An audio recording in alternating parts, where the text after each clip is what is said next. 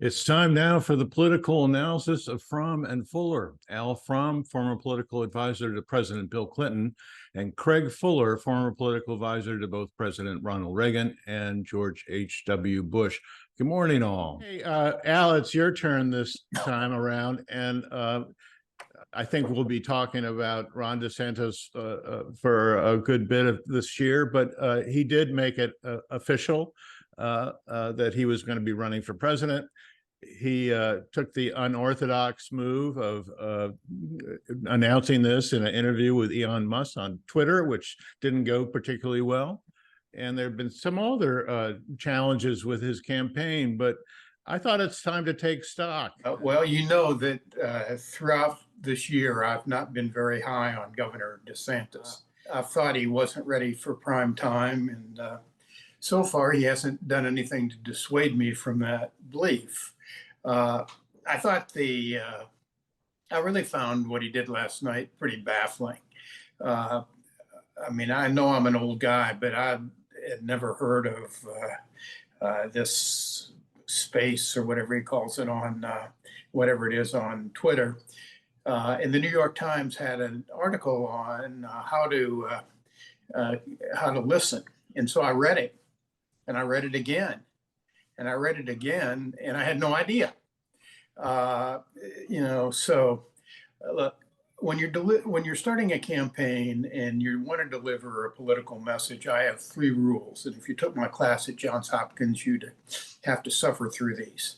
The first I learned from Ronald Reagan. Does it pass the does it make sense test? And I sort of found it baffling that you'd try to announce your candidacy for president on a closed process system with a limited audience that was so hard to get and find for viewers. I mean, I guess in the end he had a couple of 100,000 maybe viewers. He would have had millions if he'd done it on TV, cable TV. So from that sense, it doesn't make a lot of sense. The second is first impressions matter. Why? They matter because if you make a bad first impression, you spend an awful lot of time digging out and trying to correct it that you could otherwise spend on delivering your message. I'm not sure, for at least for the announcement, a botched presentation that with the technology all screwed up and that he lost about 60% of his audience while they were trying to figure out how to make it work was what he wanted. Molly Ball of Time magazine, who is, I think, one of the best young political reporters, probably not young anymore, but young to me, said that this really undercuts any case he wants to make about running on competency. I don't know if I'd go that far, but it sure isn't a good first impression. But the most important thing you have to do is you got to create your own playing field. And DeSantis has really been trying to do that for the past year. I just happen to think he's creating the wrong playing field. What he wants to do is create a cultural battleground. What he is doing is creating a playing field that is inhospitable to the voters he most needs if he wants to win the presidency, who are the swing voters, who are often suburbanites, who are college graduates. He's not going to win young voters, but he needs to keep his losses among young voters down. Those voters are the ones who are most likely to decide a general election, and they are going to be most hostile to the playing field that he has created. He's apparently decided that the path to winning the Republican nomination is to be a mini Trump, in a right-wing cultural war. Craig can answer to this, but because maybe that's the Republican way. But Craig understands the danger of candidates like Pat Buchanan who try to create those kind of cultural wars. I find the best candidates, and just to use 2 of them that we've been associated with, Reagan and Clinton, are able to run primary campaigns that both attract the base of their party, but flow smoothly into the general election. All that said, we're at the beginning. It's very early. DeSantis has a lot of time to make up ground, but he certainly doesn't follow my three rules. Craig, this has been kind of a remarkable failure to launch so far. I couldn't imagine what your reaction would have been if it was suggested that your candidate would just go on Twitter with perhaps one of the most controversial people in the country. What was your take on that? I want to try to refrain from piling on because it's sort of as easy here as armchair quarterback. So I'd stick with the playing field metaphor for a minute, a little different version of it. It reminded me a little bit of, a team that drove the ball all the way down the field early in the game and with 4th and goal fumbled. And nobody remembers all the great plays that got them down the field. They just remember they fumbled. But there's a lot of time left in this game. And I don't understand exactly why Twitter. I would point out that there's a lot of Twitter participants in the age 25 to 34 or something like that. That's a high percentage of Twitter users, and maybe that's the group he wanted to reach. Honestly, except for Twitter, easy to say, they didn't have such a bad day. He was going out and talking about he's now a candidate. When he filed his papers, he talked about it in a taped video. He had press activities with Fox after that. Twitter this morning, when I looked, has over 4 million people who've watched some portion of the feed. It's an hour long, some portion of the feed. So he on Twitter drew a pretty respectable audience. Remember, Tucker Carlson is just over 3 million. So he drew a pretty credible audience there. And he was absolutely guaranteed himself a story. Now, he didn't get the story he wanted because of a technical glitch. The technical glitch lasted, 20 minutes, 30 minutes. I will say this, though, because of the way he and his campaign have dealt with the mainstream media, they were ready to pounce, and they pounced. He doesn't give interviews to media that he thinks are other than friendly, and those that he thinks are not friendly were not friendly to him last night. And I saw one commentator say, well, maybe this will change their attitude about talking to us in the press. And another said, well, yeah, but maybe it'll just reinforce the fact you're never going to get a fair story. I thought the mistake of yesterday was that he was going to have the spotlight on him no matter how he announced this. You can argue whether Twitter was smart or not, but he didn't do anything new. Al said kind things about Ronald Reagan. Ronald Reagan ran, reminding us of the shiny city on the hill, or it's morning again in America. Ron DeSantis goes out and tells us we're going in the wrong direction. Basically, you know it, I know it, we all know it. You can feel it in your bones, you can see it. By the time he got through with his monologue, which was at the opening, I did listen to that of Twitter, you felt terrible. I mean, and you weren't quite sure, other than he wants to lead this recovery in America. You weren't quite sure what he would do. And I thought that was, in a way, the biggest failure of yesterday. Technical glitches happen, and that was bound to be the story, but I didn't find anything behind it that caused me to think better of him. And I do worry that we still don't really know Ron DeSantis. It just feels like in his statement and other things, he's reading a script that's tested, in polling. Choose a new direction. What does that mean? It doesn't feel like he's really laid out a campaign. But as we both said, it's still early in the process. Debates are 3 months away, I think.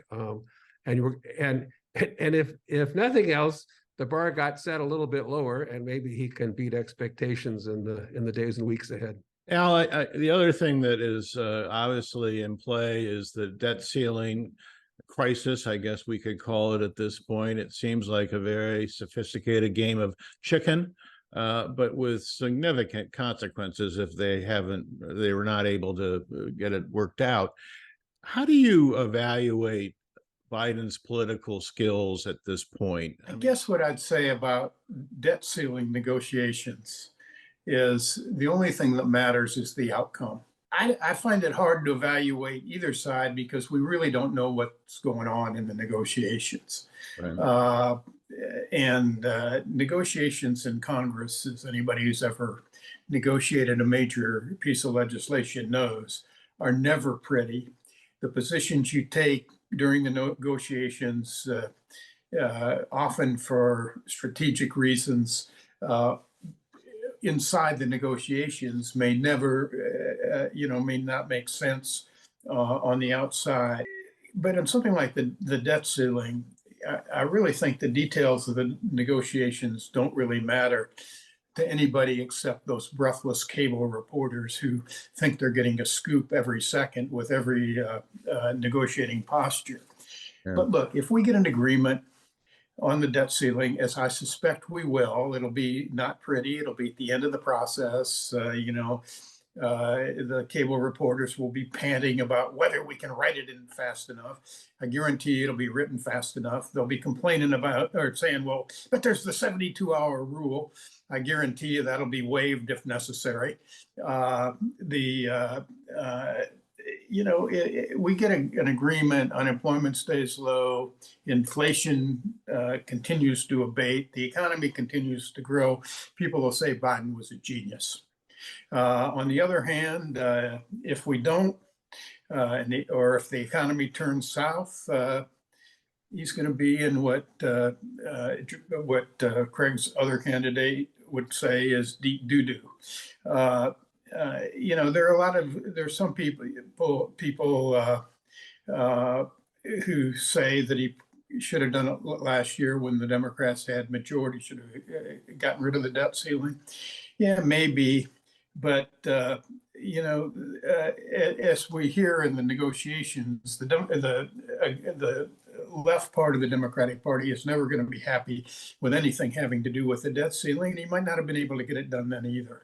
So, I guess what I'd say is negotiations are always messy.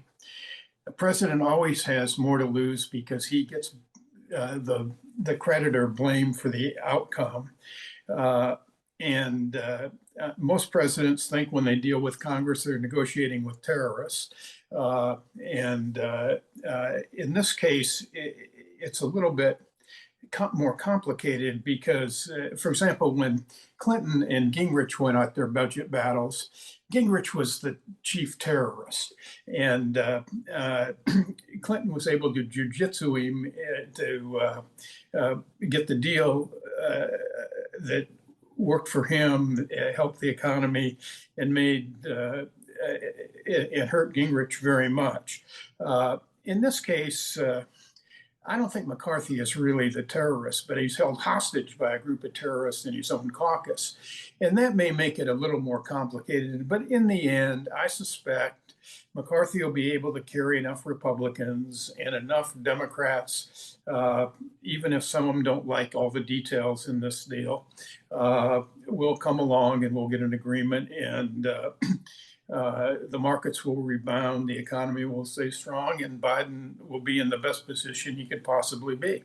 Greg, you have the last word this week. Well, I agree. I agree with much of that. I think we've said all along in our discussions of this that they were going to have to be steering over the abyss before they got to an agreement. I think they've driven up to the abyss, so they're kind of getting out of the vehicles, but they're not quite steering into it yet. There's a few days left. I think that, like Al, it will get done. Maybe more importantly, Wall Street seems to think it will get done, and the risk factor goes up without a deal this weekend, but there's still time, and my guess is they're going to need that time. One of the problems that has been described, which is kind of fascinating, is that many of the Republicans in the House of Representatives today, the Republicans, have never voted to raise the debt ceiling. They've been consistently against it if they in earlier votes. So this is something they've not done. They don't like it. The other factor, and I think we touched on it last week, was that I think Biden has done a pretty good job, and he's made some concessions.